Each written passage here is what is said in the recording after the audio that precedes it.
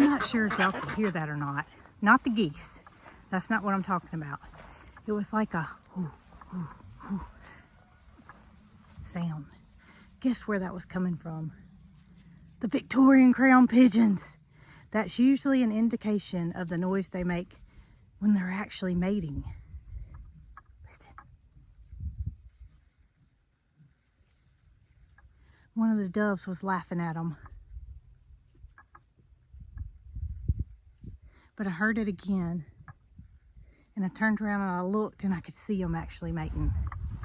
Okay, that's not what I came to tell y'all. First, this is Brooke with Mrs. Cog Hill Farm. Now, since that's not what I was here to talk about, let's get started. All right, y'all. So this is what I wanted to talk to you about. Not Moody, not Joe, not Mo, not Topper, but this blue awning that is being used for the cow/goat shelter. Let me tell y'all a little story behind this shelter. It came to live at Cog Hill Farm, the original Cog Hill Farm. My intentions were not so much to have a big cow or 3 little, or in Joe's case, big bucks. Nope, that's not what my intentions were for this shelter. You a sweet boy, yes you are. I've talked about our can-tam camper quite a bit, and you guys have even helped me install curtains for that can-tam. Back when Marycarl was in, I guess, about the 2nd grade. She's in 8th grade now, if that gives you any kind of timing perspective on this. I passed by this house every single day when I took Marycarl to school. And that house had this, it's not so pretty to me anyway. But this awning was in front of this house, ended up being for sale. So I watched this house sit with a for sale sign in front of it, passing by morning after morning. And one day it dawned on me. If the people are selling this house, they may want to sell this little carport too. And so I continued to go by every morning with the thought in mind, if I ever saw anybody outside, I was going to stop and talk to them. And I did just that. Weeks upon weeks passed until I saw somebody outside, and I stopped and I asked them, would they be interested in selling this carport? That's what they used it for. It was a little piece from their house, but it was what they used to park their car up under. So they said, well, let me talk to my spouse and I'll get back with you. A couple of days passed and I received a phone call, and that phone call told me that yes, we don't need the carport, so what were you thinking? And at this point I kind of got worried, because this thing has a lot of screws in it, and it's not to where I can reach it standing flat-footed. But I still thought the cost of one of these things new is more than we can afford. I said, here's my thinking. I'm thinking that I can come and take the carport down, and would you be interested in taking $100? Sure. That's $100 more than what we had, so we'd be glad for you to take it off our hands. Okay. So at the time, Jason and I had a small utility trailer. It was maybe 6 foot by 10 foot. And Jason was working a full-time job while I was staying at home and tending to the small farm we had at the time. And this was going to be an undertaking for me, because first of all, I'd never put one of them up, much less taken one of them down. So back to the canned ham.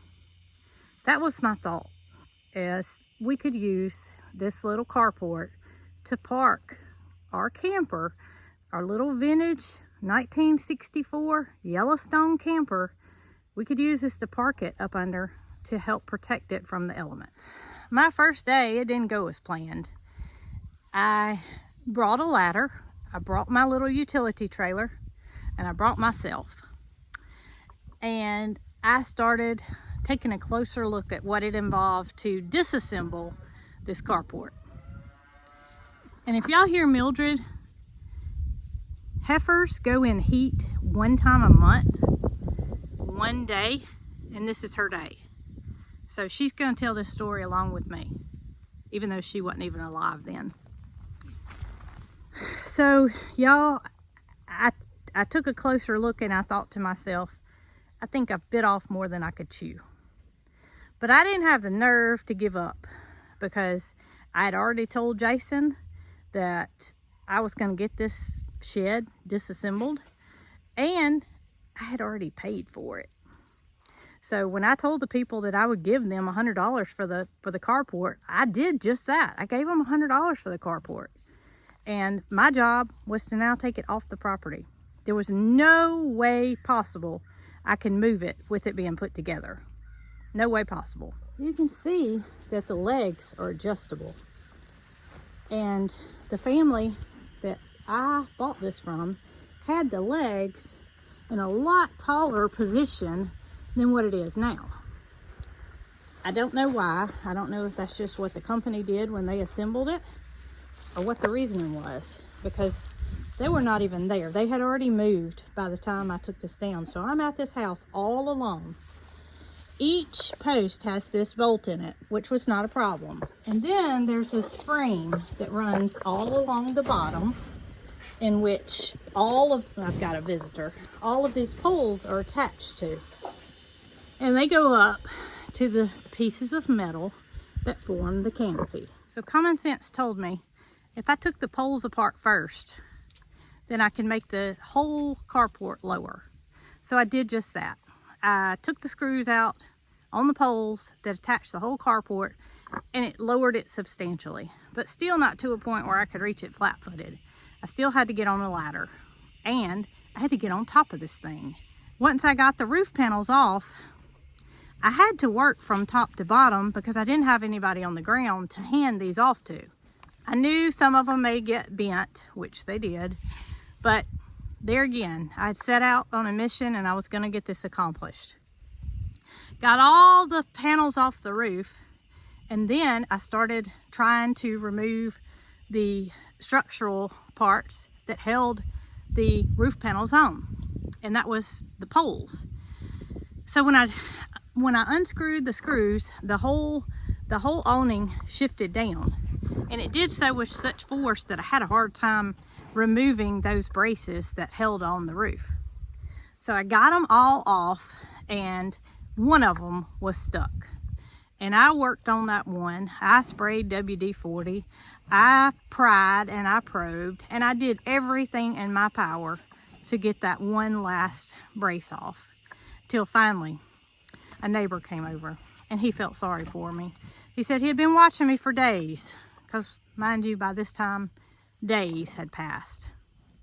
I've been watching you for days, and it looks like you're having a little bit of trouble with this last brace. Could I offer you some help? I said, please, please.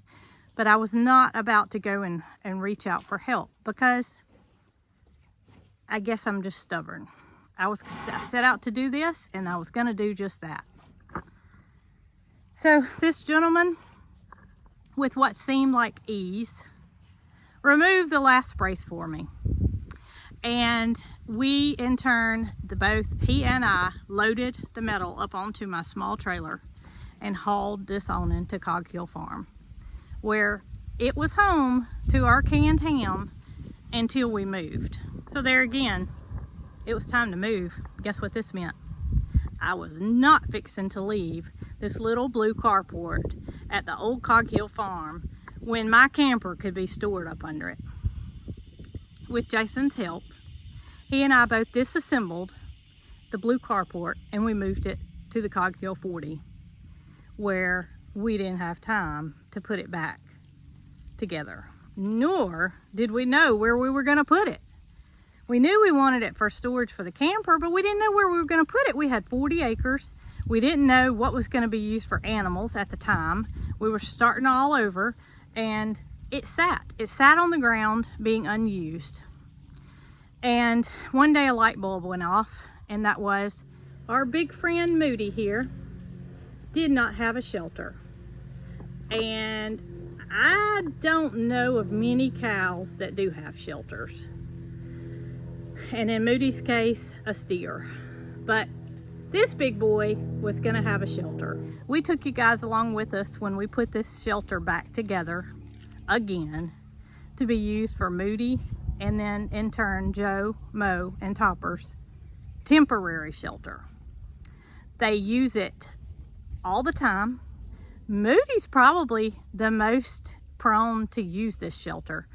There are some mornings that he didn't want to get out of his bed to come and eat because he's too busy enjoying the shade of this blue shelter. While he's not using it right now because he's hoping that I'm going to come over and give him a hug, his big buddy Joe is. And then Topper's over here in a shaded area. Mo's out in the sun, but I'm so thankful that we did not use this for the canned ham because it has definitely benefited these boys more so than it would our little camper. So the entire time that the little canned ham has been on our property, it has been in the wide open. Up until here recently when I redid the curtains and pulled it into our new barn. So you guys probably remember that we lived in a camper for right at a year while we were building our house. And while the camper was ample enough space for Jason, Marycarl, and myself, it was not enough room for Jason to edit videos and use the camper for an office. So during that time, he used the canned ham for his office, and it worked out wonderfully. But it was exposed to the elements. Hey Mo, I'm gonna go over to the new barn, buddy. I think you better stay here. You better stay here with your buddies. Let me handle this video, okay? But he's starting to stink. Poor little fella. He's realizing he's a man. Mildred's realizing she's a girl. Gracious. So here I am in the barn where the canned ham sits. And I do not want to keep the canned ham inside the barn, taking up all the space that it's using in order to keep it protected. So this is where the grand idea comes in. Hey Dee Dee, you want to tell them what the plans are, girl, or you want me to handle it? All right, sit right here. I'll be right back, okay? Won't take but a second. Here I'm standing in the future spot for the canned ham. Upon giving a little thought to how we could incorporate the carport into our farm, because Moody is going to have a new shelter. The goats are going to have the barn as their shelter. We're not going to need that carport for an animal shelter. So with that being said, this is its new home.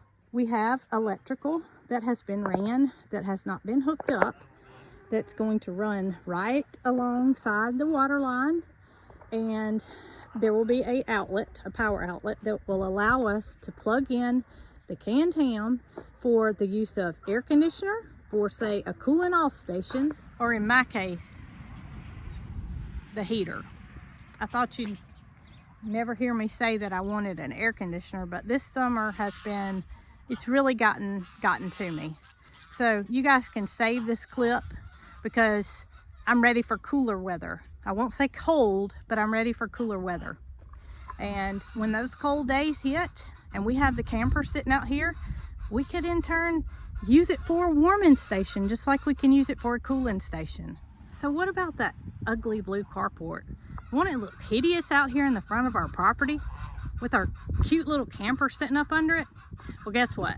Got that thought out too, because hopefully this awning will be in its permanent spot, and that will be covered in vines, landscaped, very cute. Y'all remember the old Cog Hill Farm? Remember the bottle trees? Remember the witch's pot that we had with the cute little fountain in it? That stuff's coming back, and we are going to incorporate a lot of those cute little things that we used at the old farm in the future here. We just hadn't had a chance to yet. So I think that you guys are going to love what we're going to do with the canned ham and its cute little spot. So I'm not sure exactly what kind of vine that we're going to use, but I want it to just engulf that blue and actually just cover it up to where you can't even see what color it is, and maybe even add some string lights around it, or some, who knows, maybe even some of those prayer flags like we had at the old farm. But opportunities are endless. So the canned ham is going to be parked right here under a awning covered in beautiful vines and landscaped beautifully, with a power supply and a water supply if needed for us to utilize. And if we decide we're going to go camping, guess what? We just back right up to it, hook up the camper, and take off. And when we get back, we park it in that same spot so the camper's protected. Well, I've been wanting to tell y'all this idea for a while, and I hope y'all think it's as good of an idea as I do, because I'm really excited to get this started. But first, we got to finish fences. Thank y'all for tuning in, and I hope you guys enjoyed hearing about my ideas. I got lots more, so I want to share them with you. But be sure to like, share, comment, subscribe, all those things to Mrs. Cog Hill Farm. It means a lot to me and my family, and I hope you guys enjoy this video.